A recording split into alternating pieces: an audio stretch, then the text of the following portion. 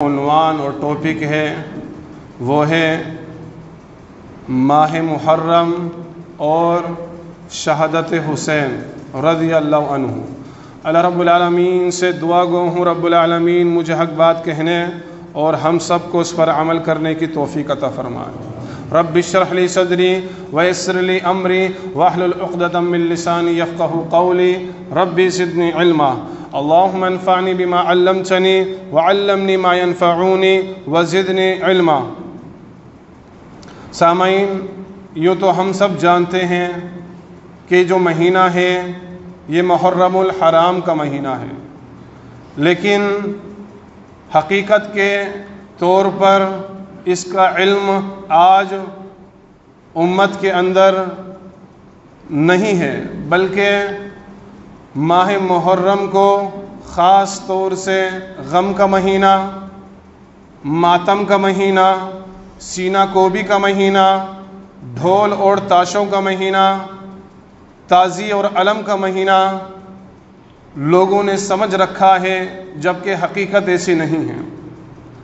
ماہ محرم وہ مہینہ ہے جو اللہ رب العالمین کے نزدیک احترام والا مہینہ ہے، محترم ہے۔ کب سے محترم ہے؟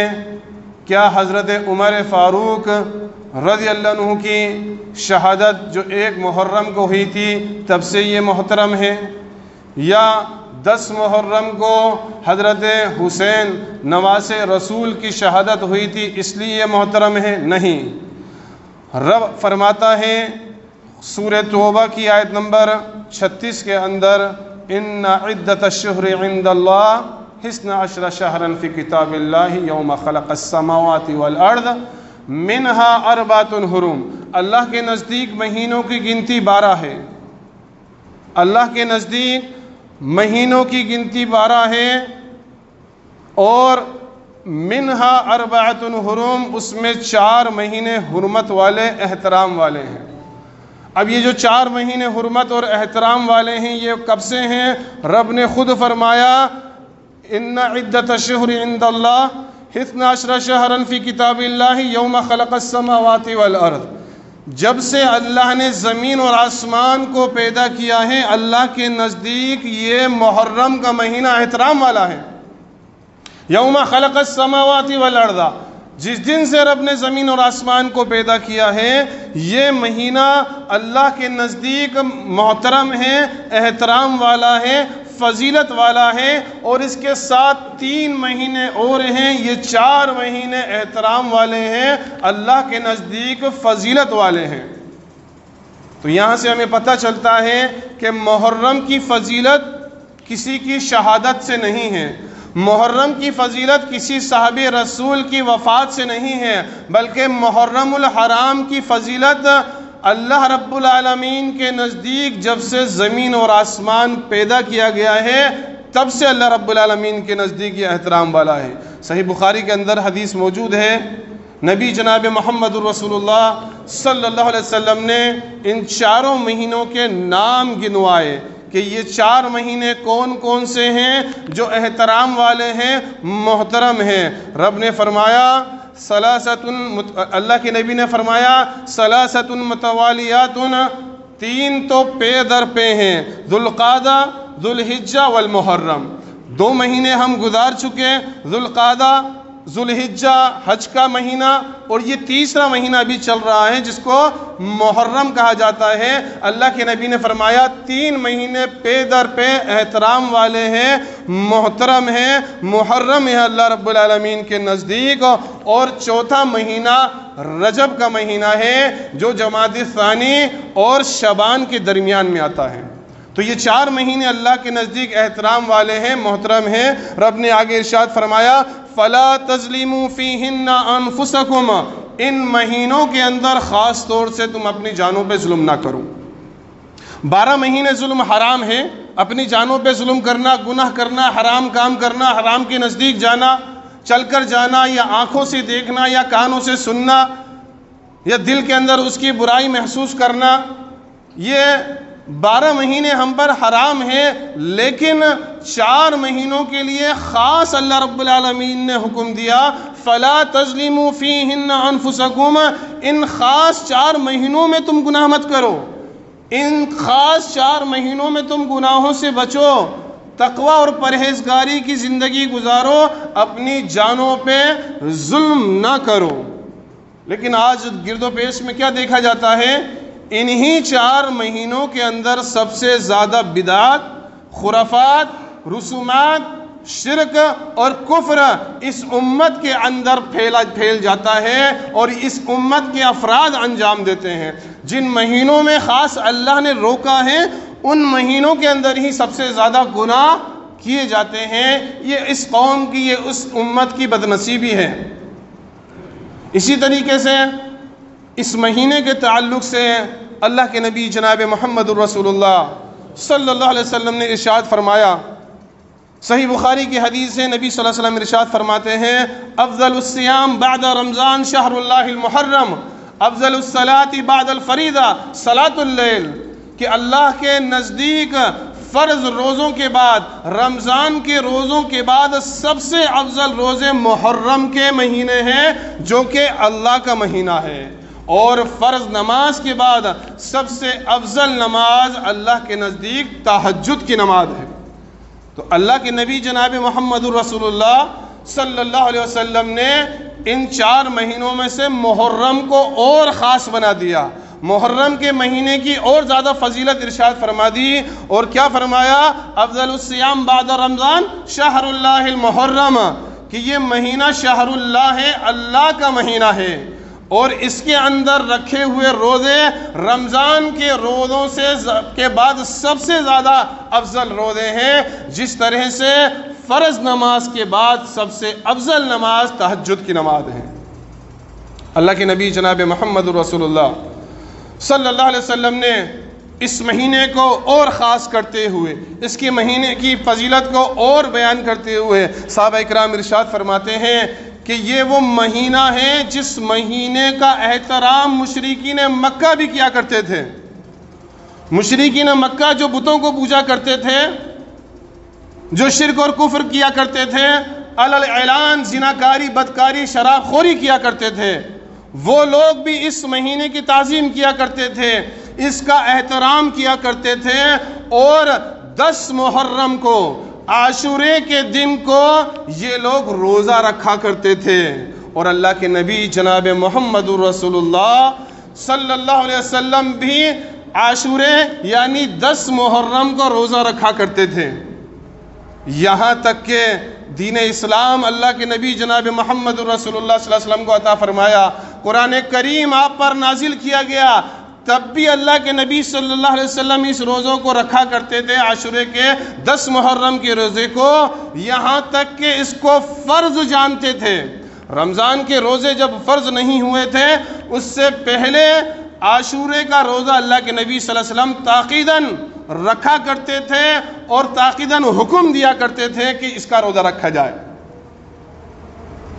اللہ کے نبی جناب محمد رسول اللہ صلی اللہ علیہ وسلم جب ہجرت کر کے مدینہ آئے، مدینہ کے اندر بھی اللہ کے نبی جناب محمد رسول اللہ صلی اللہ علیہ وسلم اسی طرح عاشورے کا روزہ رکھا کرتے تھے، یہاں تک کہ اللہ کے نبی مدینہ کے اطراف کی بستیوں میں گھڑ سواروں کو روانہ کرتے تھے، اور یہ اعلان کرواتے تھے کہ لوگوں، آج کا دن روزے کا دن ہے، آج 10 محرم ہے، تم میں سے کوئی کھائے پیے نہیں، تمام کے تمام لوگ روزہ رکھیں، اور جو کھا پی چکے ہیں وہ آگے کا دن روزے سے گزاریں۔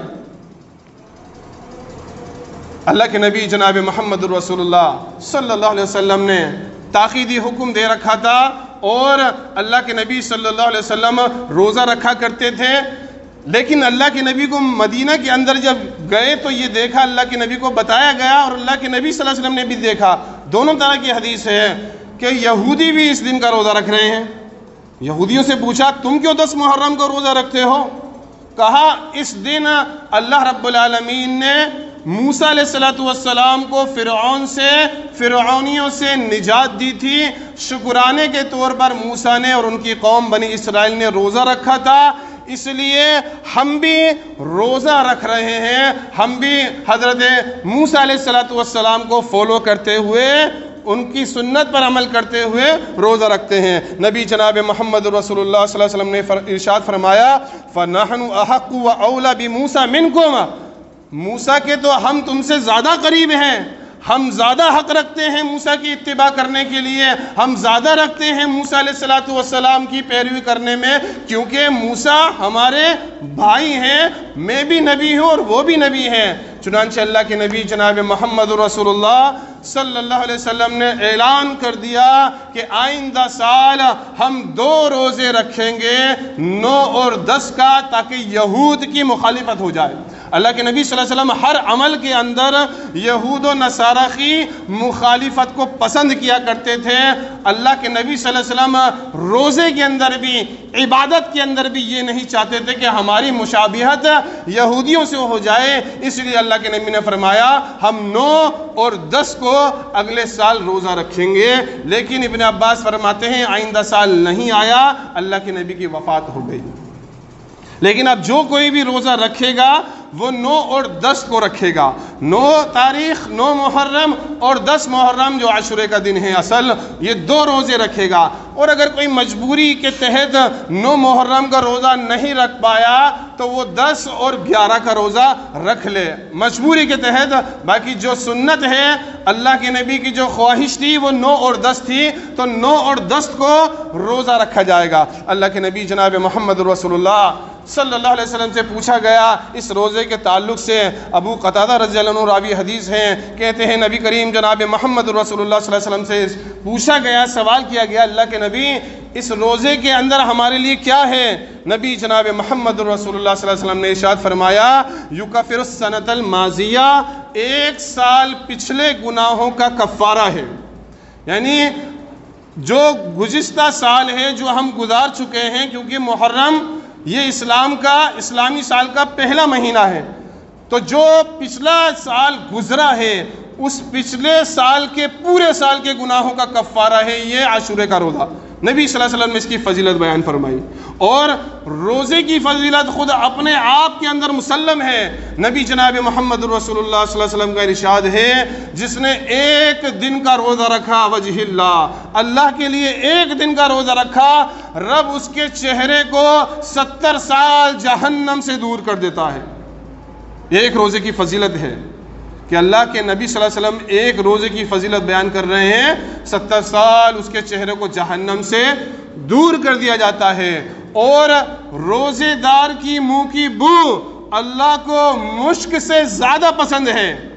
الصیام جنہ، نبی صلی اللہ علیہ وسلم نے فرمایا روزہ ڈھال ہے، جس طرح تم میں سے جب دشمن سے لڑتے وقت کوئی ڈھال کا استعمال کرتا ہے اس کے تیروں تلواروں سے بچنے کے لیے ڈھال کا یوز کرتا ہے، اسی طرح جہنم کی آگ سے بچنے کے لیے روزہ ڈھال ہے، تمہیں جہنم کی آگ سے یہ روزہ بچائے گا۔ تو یہ بڑی بڑی فضیلت ہیں روزے کی، خاص طور سے 10 محرم کے روزے کی بھی فضیلت اللہ کے نبی جناب محمد رسول اللہ صلی اللہ علیہ وسلم نے ارشاد فرما دی۔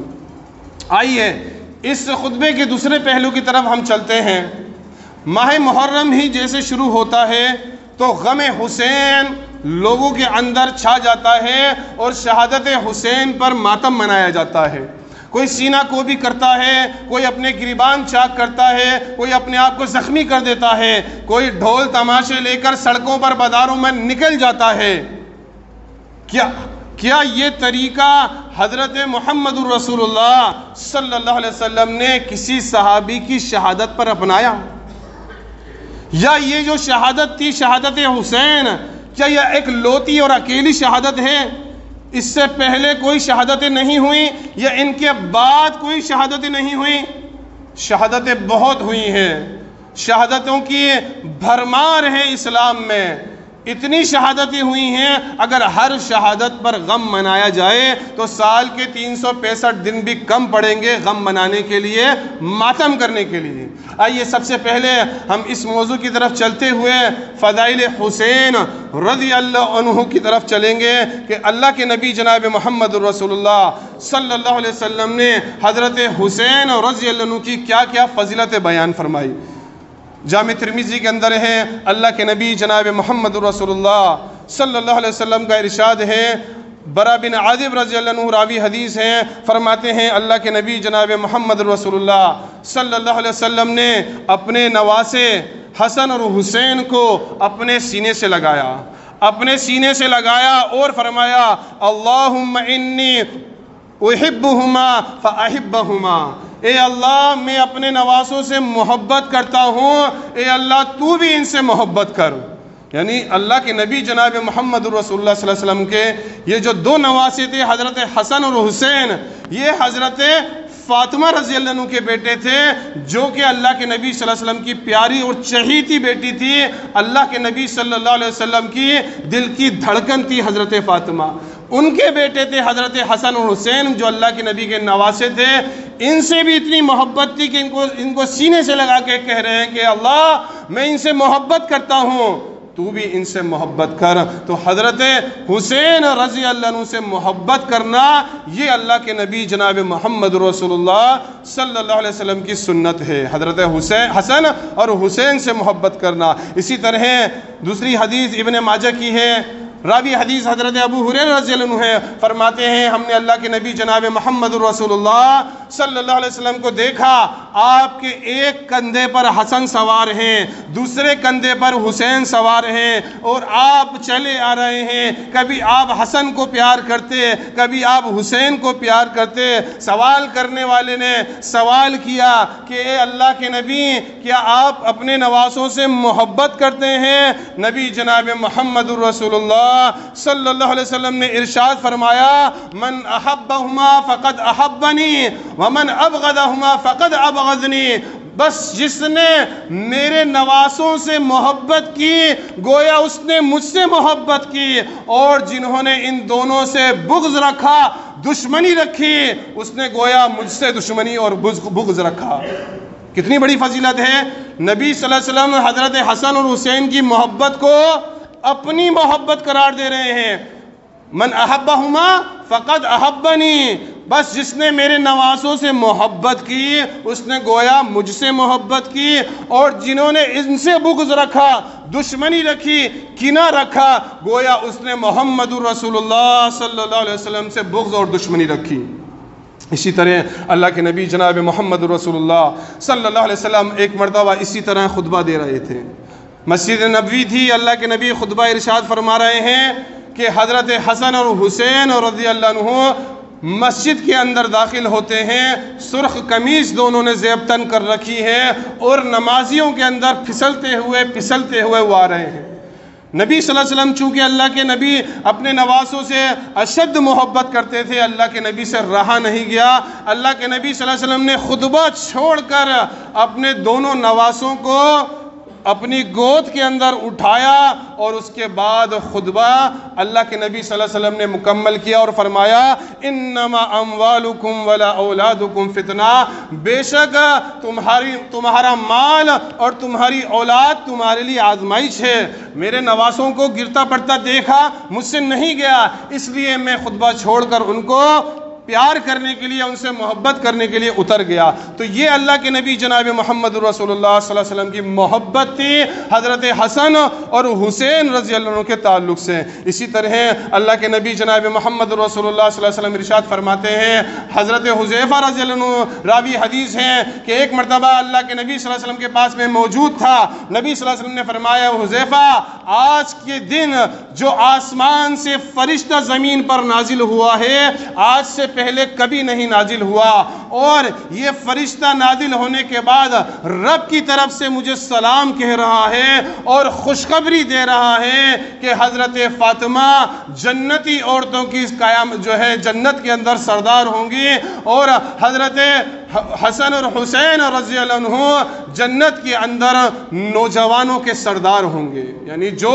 نوجوانی کے اندر عبادت کرنے والے ہیں، اللہ کی راہ میں شہید ہونے والے ہیں، اللہ کی عبادت کرنے والے ہیں، ان کی صدارت جنت کے اندر حضرت حسن اور حسین رضی اللہ عنہ کو دے دی جائے گی۔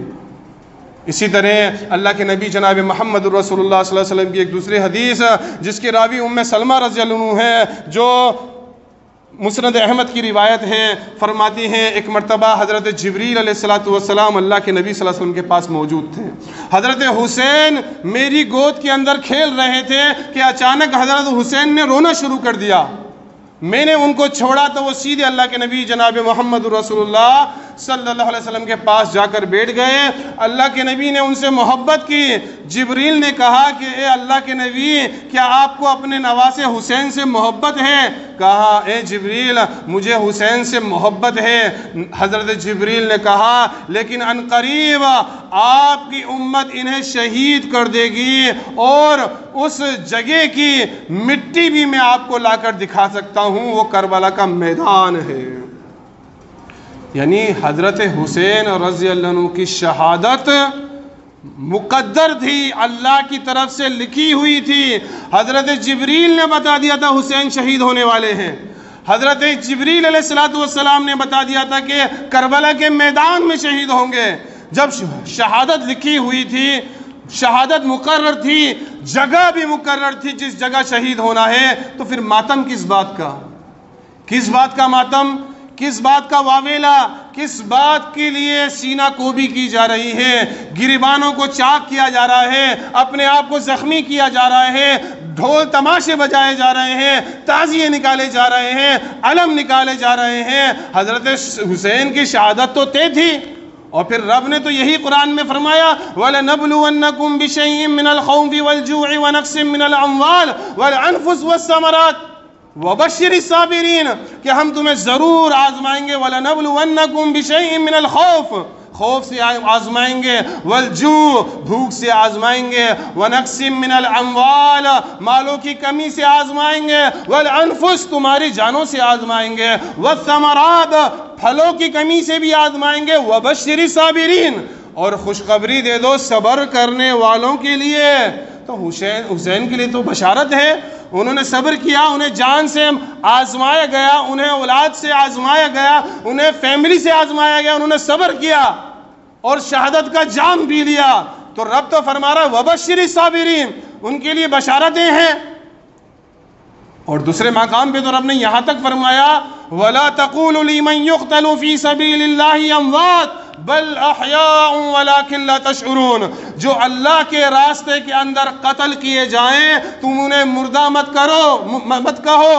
ولا تقولوا لمن يقتل في سبيل الله اموات بل احیاء ولکن لا تشعرون، بلکہ وہ تو زندہ ہیں اللہ کے نزدیک، ولکن لا تشعرون، لیکن تمہیں شعور نہیں کیسے زندہ ہیں۔ کہیں پتہ چلے 10 محرم کے دن حسینی سبیل پہ حسین کو بلوا لیا، 10 محرم کے دن دلیم بنایا، حسین کو بلوا لیا، تعزیہ بنایا، کربلا کے اندر بلوا لیا۔ حسین کی جو زندگی ہے یا شہیدوں کی جو زندگی ہے وَلَكِنْ لَا تَشْعُرُونَ، رب نے فرمایا اس زندگی کا تمہیں شعور نہیں ہے، وہ برزخی زندگی ہے، وہ برزخ کے اندر وہ زندہ ہے۔ تو شہداء کی تو اتنی اللہ نے تعظیم کی، ان کا اتنا احترام کیا، ان کی اتنی فضیلت بیان فرمائی کہ انہیں مردہ تک کہنے سے منع کر دیا۔ تو میں یہ پوچھنا چاہتا ہوں پھر ماتم کیوں کیا جا رہا ہے؟ گریبان کیوں چاک کیے جا رہے ہیں؟ محبت حسین کے نام پر اپنے آپ کو زخمی کیوں کیا جا رہا ہے؟ کیا یہ اسلام ہے؟ کیا اللہ کے نبی جناب محمد رسول اللہ صلی اللہ علیہ وسلم کی زندگی میں کسی صحابی کی شہادت نہیں ہوئی تھی؟ ہوئی تھی۔ اللہ کے نبی کی زندگی میں کئی صحابہ شہید ہوئے۔ آپ کے چچا سید الشہداء جو شہیدوں کے سردار ہیں حضرت حمزہ رضی اللہ عنہ احد کے دن شہید ہو گئے۔ 70 صحابہ احد کے اندر جنگ احد میں شہید ہو گئے۔ بتائیے اللہ کے نبی نے کس کس کا ماتم منایا؟ کس کس کے لیے اللہ کے نبی جناب محمد رسول اللہ صلی اللہ علیہ وسلم نے ڈھول تماشے نعوذ باللہ بجوائے؟ کسی کا ماتم نہیں منوایا، کسی کا ماتم اللہ کے نبی جناب محمد رسول اللہ صلی اللہ علیہ وسلم نے نہیں منایا۔ اور پھر یہ پہلی شہادتیں نہیں تھی۔ وَيَقْتُلُونَ النَّبِيِّينَ بِغَيْرِ حَقٍّ، اللہ فرماتا ہے اور بنی اسرائیل انبیاء کو ناحق قتل کر دیتے تھے، ان سے پہلے کئی انبیاء شہید ہو چکے تھے۔ حضرت یحییٰ علیہ السلام شہید ہوئے، حضرت زکریا علیہ السلام شہید ہوئے، اس طرح کئی انبیاء اکرام کو شہید کر دیا گیا۔ میں یہ پوچھنا چاہتا ہوں، کیا ان انبیاء اکرام کی شہادت کے دن کو اللہ کے نبی صلی اللہ علیہ وسلم نے غم کا دن منایا، یا اس دن کو اللہ کے نبی صلی اللہ علیہ وسلم نے ماتم کا دن منایا؟ نہیں بنایا۔ کوئی ایک حدیث نہیں بتا سکتا، نہ کوئی ایک قرآن کی آیت بتا سکتا ہے کہ اللہ کے نبی جناب محمد رسول اللہ نے کسی شہید انبیاء کا ماتم منایا ہو۔ اسی طرح اللہ کے نبی جناب محمد رسول اللہ صلی اللہ علیہ وسلم کی وفات کے بعد حضرت عمر فاروق رضی اللہ عنہ کو مصلی کے اوپر فجر کی نماز کے اندر خنجر مارا گیا اور شہید کر دیا گیا۔ بتاؤ کون سے صحابہ نے ماتم منایا؟ اسی طرح حضرت عثمان غنی رضی اللہ عنہ کو ان کے گھر کے اندر محاصرہ کر کے کئی دن بھوکا اور پیاسا رکھ کر شہید کر دیا گیا۔ بتاؤ کس صحابی نے ان کا ماتم منایا؟ حضرت علی رضی اللہ عنہ کو بھی شہید کر دیا گیا، انہوں نے بھی شہادت کا جام پی لیا۔ بتاؤ کن صحابی نے ان کا ماتم منایا؟ حضرت حسن رضی اللہ عنہ کو زہر دے دیا گیا، ان کو بھی شہید کر دیا گیا۔ بتاؤ کس نے ماتم منایا؟ کون سے صحابی تھے؟ کون سے تابعین تھے؟ کون سے تبع تابعین تھے جو ان کا ماتم منایا کرتے تھے؟ حضرت حسین ہی کا ماتم کیوں منایا جا رہا ہے؟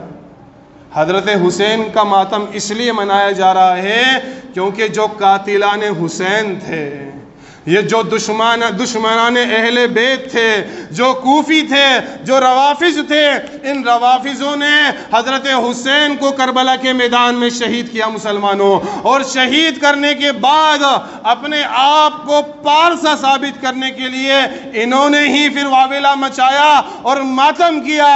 ان کے گھر کی عورتوں نے جب دیکھا، شہداء کی عورتوں نے جب دیکھا کہ یہ لوگ ماتم کر رہے ہیں حسین کی شہادت پہ، تو کہا جب یہ ماتم کر رہے ہیں تو پھر ہمیں شہید کرنے والے ہمارے گھرانے کو وہ لوگ کون تھے جو حسین کو شہید کر گئے؟ جب یہ ماتم کر رہے ہیں جو شہید کرنے والے ہیں، تو حقیقی معنوں کے اندر شہادت حسین جنہوں نے انجام دی انہوں نے ہی شور مچایا، واویلا مچایا، سینہ کوبی کی، اور بکا کی، کیونکہ جو متبع رسول تھے، جو اللہ کے نبی جناب محمد رسول اللہ صلی اللہ علیہ وسلم کو فالو کرنے والے تھے، وہ تو صبر کرنے والے تھے، صبر کا مظاہرہ کرنے والے تھے، اور الذین اذا اصابتہم مصیبہ قالوا انا للہ وانا الیہ راجعون کہنے والے تھے کہ جب ان صابروں پر، ان شہداء کے اوپر، ان کے گھر والوں پر کوئی بھی مصیبت پہنچتی ہے تو یہ کہتے ہیں ہم اللہ ہی کے ہیں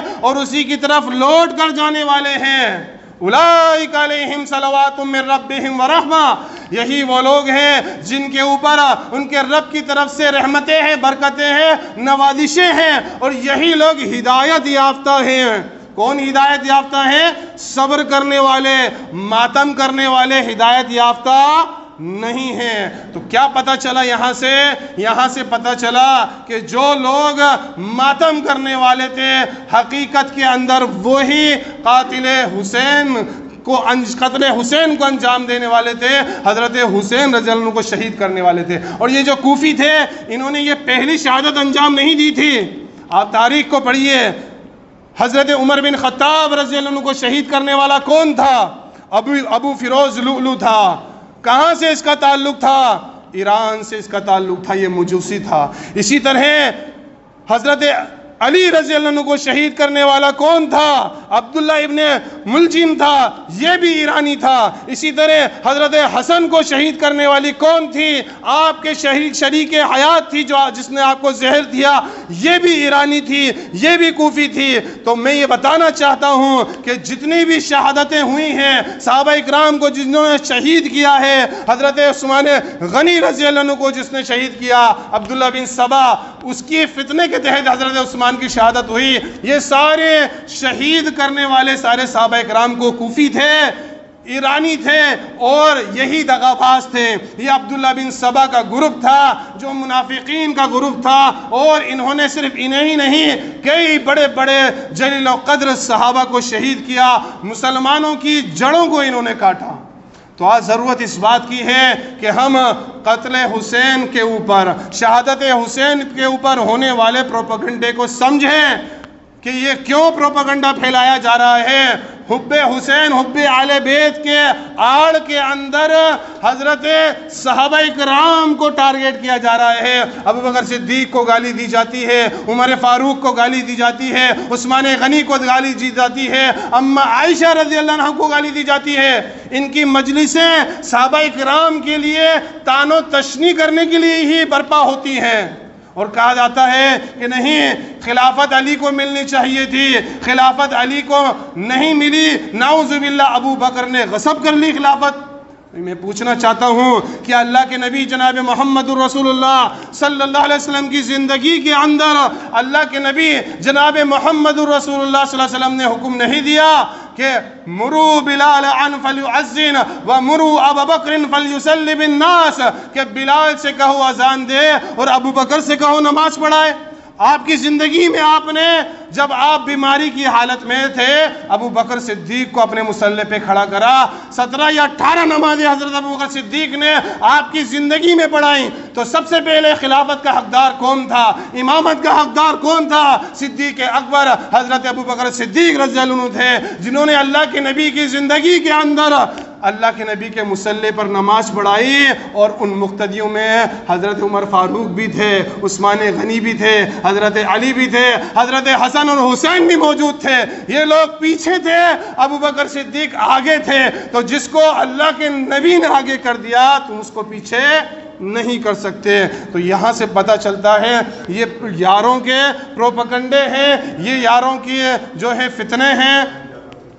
تو ہمیں چاہیے کہ ہم محرم کا جو اصل مقصد ہے اسے سمجھیں. محرم کے اندر اللہ کے نبی صلی اللہ علیہ وسلم کثرت سے روزہ رکھا کرتے تھے، ہم روزہ رکھیں. 9 اور 10 کا اللہ کے نبی صلی اللہ علیہ وسلم 10 محرم کا روزہ رکھتے تھے، اور 9 اور 10 کی اللہ کے نبی کی خواہش تھی اس دن ہم روزہ رکھیں. اللہ رب العالمین سے دعا گو ہوں، رب العالمین ہمیں ان کوفیوں کے فتنے سے محفوظ رکھے، ان روافض کے فتنوں سے محفوظ رکھے. اللہ کے نبی صلی اللہ علیہ وسلم کے نواسوں کی سچی محبت کو ہمارے دلوں میں ہمیں بٹھانے کی ضرورت ہے. اللہ سچی محبت ان کی ہمارے دلوں میں ڈال دے. آمین. وآخر دعوانا ان الحمدللہ رب العالمین.